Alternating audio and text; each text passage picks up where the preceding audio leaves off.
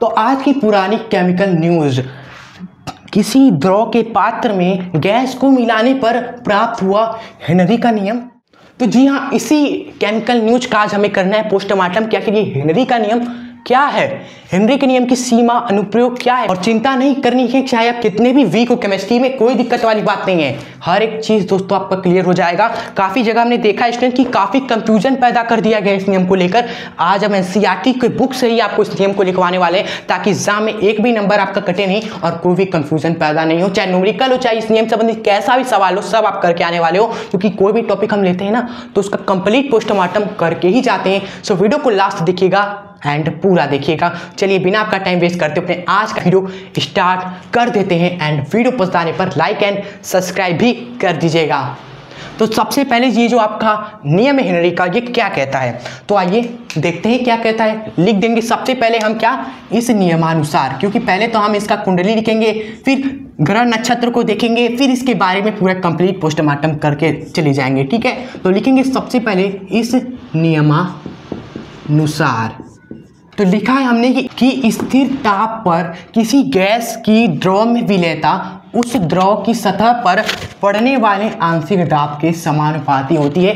इसी चीज़ को आज हमें अच्छी तरीके से फील करके जाना है। ठीक है, तो सबसे पहले जो आपका चैप्टर है विलियन का ही क्या है, सबसे बेहतरीन एवं इंपॉर्टेंट टॉपिक है ये आपका, जो कि बोर्ड के हर एक सेट में पूछा जाता है, इसलिए पूरा अच्छे समझ के ही जाइएगा। तो आइए सबसे पहले विलियन चैप्टर के लिए एक प्यारा सा हम विलियन बना देते हैं। ठीक है, अच्छा विलियन बनाएंगे ताकि आपको कोई शिकायत ना रहे। ये हमने विलियन बना दिया, क्लियर। अब इस विलियन में दोस्तों हम क्या लेंगे, एक द्रव ले लेंगे, क्योंकि बिना द्रव के विलियन कहा, बिना द्रव के विलियन कहा और बिना विलियन के द्रव कहा।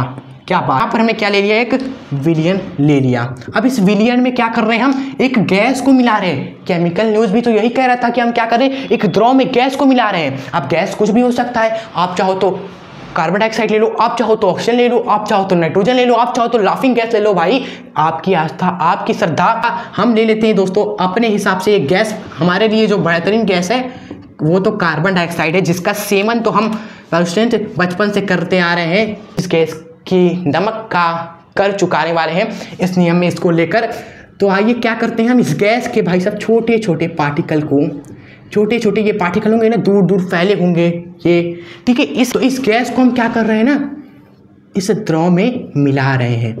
जी हाँ, इस गैस को हम द्रव में मिला रहे हैं। तो बोल रहा है कि गैस को किसी द्रव में अगर आप क्या करोगे, मिलाने की कोशिश करोगे तो उसकी मिलने की क्षमता, विलेयता क्या बता रही है कि कितना अच्छे तरीके से, कितना ये मिल रहा है, कितना ये द्रव में मिल रहा है, कितना अच्छे तरीके से घुल रहा है। इसकी जो विलेयता होगी ना, द्रव की सतह पर पड़ने वाले आंशिक दाब के समानुपाती होगी। यानी कि जो द्रव का आपका सतह है ना, इस सतह पर जो आपका दाब आप लगा रहे हो, उस दाब के ये समानुपाती होगी क्या, इस गैस की मिलने की क्षमता।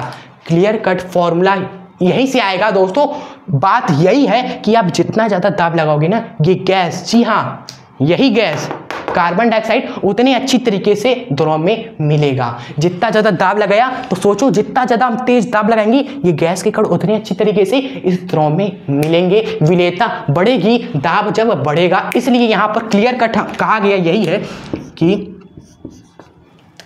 ये जो आपकी विलेयता है ना, विलेयता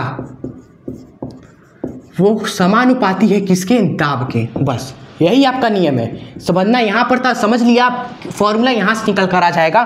जब हम क्या करेंगे, विलेयता को हम क्या करेंगे, एक सिंबल से दिखा देंगे। विलेयता का सिंबल मान लेते हैं एम।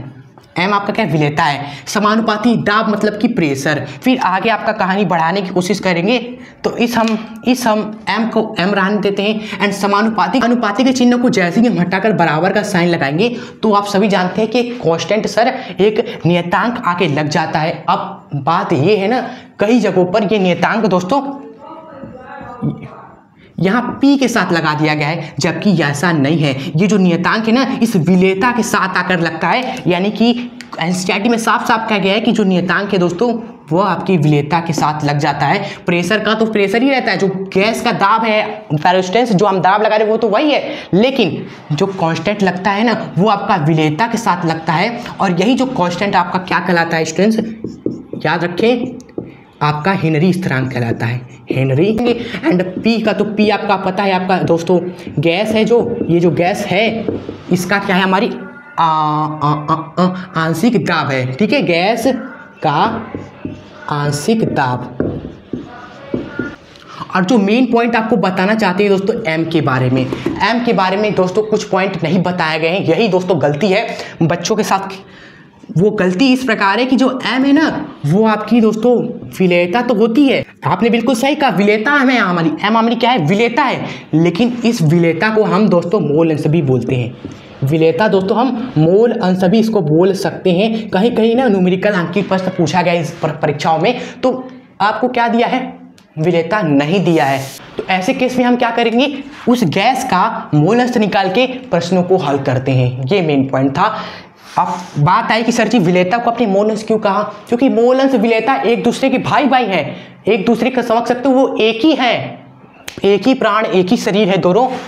जिस तरह विलेयता क्या कहता है कि गैस के कितने अणु दोस्तों घुल रहे हैं, घुलने की क्षमता, गैस के अणु कितने घुल रहे हैं द्रव में, ये क्या है, विलेयता है। और मोल अंश भी तो हमने जब आपको पढ़ाया तो यही कहा था, किसी भी घटक का मोल अंश क्या होता है, इस गैस का मोल अंश क्या होगा, इस घटक का मोल अंश क्या होगा, हमने बताया था, भूलना मत, किसी भी घटक का मोल अंश कुछ और नहीं बल्कि ये बताता है कि उसके कितने मोलों का अंश घुला हुआ है। समझ गए ना, कि यानी कि दोनों एक ही चीज बता रहे, विलेयता भी यही बता रहे कि कितना गैस आपका घुला, मोल अंश भी यही बता रहे कितना गैस आपका घुला, तो बात एक ही है, काम एक ही है। इसलिए आप ध्यान रखना कि विलेयता तो विलेयता होती है, लेकिन कहीं विलेयता नहीं दी है तो उसको मोल अंश भी आप ले सकते हैं।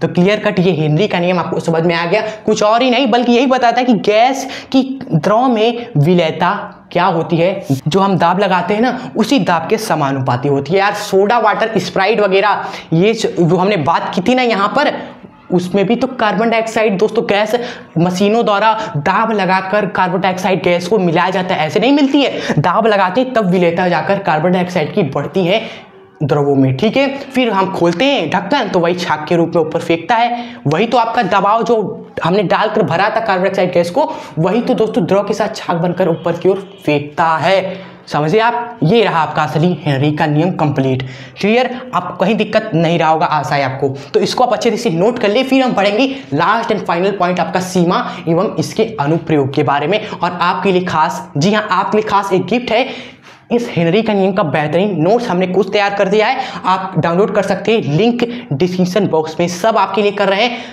तो आप उसका फायदा उठाएं और हर एक बच्चों को दोस्तों इस वीडियो को शेयर जरूर करिएगा। स्कूल या कोचिंग किसी न किसी आर्थिक या पर्सनल रीजन से नहीं जा पाते हैं, सो दिल से निकली बात को आप ही पूरा कर सकते हैं, सो वीडियो को शेयर ज़्यादा से ज़्यादा जरूर करिएगा, ठीक है। चलिए आगे बढ़ते हैं। तो चलिए स्टूडेंट, अब हम लास्ट एंड फाइनल हेनरी के नियम से संबंधित जो आपका सीमा है एंड इस हेनरी का नियम के जो अनुप्रयोग है वो आज समझ ही लेते हैं। सबसे पहले हम क्या करेंगे, किसी भी चीज़ का इस्तेमाल करेंगे फिर विश्वास करेंगे, यानी कि जो चीज़ हमने पहले की वो चीज़ आपको आखिरी में बताएंगे। एंड सबसे पहले तो आइए सीमाएँ को देख लेते हैं, बोले तो कमियाँ देख लेते हैं। कई बार एक स्टूडेंट था बता रहा था कि सर जी हमने सीमा पढ़ी थी लेकिन सीमा नहीं आया, हमने पूछा क्या आया, तब उसने कहा कि सर जी कमी पूछी गई थी। हमने कहा भाई जो सीमा आपने पढ़ा था उसको कमी ही बोलते हैं, तो ये बात आप गलती मत करिएगा कि सीमा पूछे या कमी पूछे, लिखेंगे यही 3 पॉइंट, क्योंकि भाई साहब दुनिया की कितनी भी दोस्तों खूबसूरत वस्तु हो, कितना भी दोस्तों आपका बेहतरीन चीज़ हो, बेस्ट चीज़ हो, उसमें भी कमी निकल कर आ जाती है। सोने में भी कमी है, ठीक है, कुछ ना कुछ अशुद्धता है। एंड यहाँ तक कि हमारे आवर्त साड़ी में भी क्लास 11th में दोस्तों है ना, उसमें भी कमी था हमारा, तो इसमें कहाँ तो छोड़ देंगे हम, इसमें भी 3 कमी आपको ध्यान रखनी, एग्जाम में ये पूछा गया है, ये इंपॉर्टेंट है, ठीक है। क्या कमी है, सबसे पहला कमी ये है कि यह नियम तनु विलयन पर ही लागू होता है, यानी कि अगर आपका विलयन क्या है, तनु नहीं है तो आपका नियम फेल हो जाता है, ठीक है। सेकंड जो आपका कमी है कि इसमें ताप बहुत कम तथा दाब बहुत ज़्यादा ना हो, भाई ये ध्यान रखना कि ताप आपका क्या हो बहुत कम एवं दाब आपका क्या हो बहुत ज़्यादा नहीं होना चाहिए। थर्ड है जो पॉइंट है कि गैस विलायक से क्रिया नहीं करनी चाहिए। अगर गैस आपका बच्चों विलायक से क्रिया कर लेगा ना तो नियम आपका फेल हो जाएगा। थर्ड पॉइंट सबसे ज़्यादा जरूरी था। उसके बाद आपका अनुप्रयोग चालू होता है, जिसका था हमें बेसब्री से इंतजार। अब देखिए अनुप्रयोग मतलब कि यूज, जिसका पहला यूज तो आपको पता ही है कि सर सोडा वाटर बनाने में हम क्या करते हैं, यूज करते हैं इस नियम का। चलिए उसके बाद सेकंड पॉइंट है कि गोताखोरों द्वारा इसका यूज किया जाता है। मैंने एक कंप्लीट नियम का पोस्टमार्टम कर दिया है। वीडियो पसंद आई हो आप वीडियो को लाइक जरूर कर दीजिएगा और शेयर जरूर करिएगा। स्टूडेंट्स ये कुछ भी सीमा आपकी किताब में नहीं थी, हमने आपके लिए जस्ट खोज कर लाया हुआ है, तो वीडियो को जरूर से जरूर लाइक कर दीजिएगा। कमेंट में जरूर प्यारा सा कमेंट करके बताएं कि कैसी लगी आपको वीडियो। एंड जाने से पहले आप सब्सक्राइब जरूर कर लें एंड बेल आइकन जरूर प्रेस कर लें, ताकि आने वाले हर एक टॉपिक की बेहतरीन एवं बेस्ट कंटेंट ही आपको दे। ठीक है, चलिए तो इस वीडियो को आप यहीं पर ख़त्म करते हैं। मिलेंगे आपसे नेक्स्ट धमाकेदार कंटेंट वाली वीडियो के साथ। तब तक हंसते रहे, खुश रहे एंड आगे बढ़ते रहे। जय हिंद, वंदे मातरम। Note it.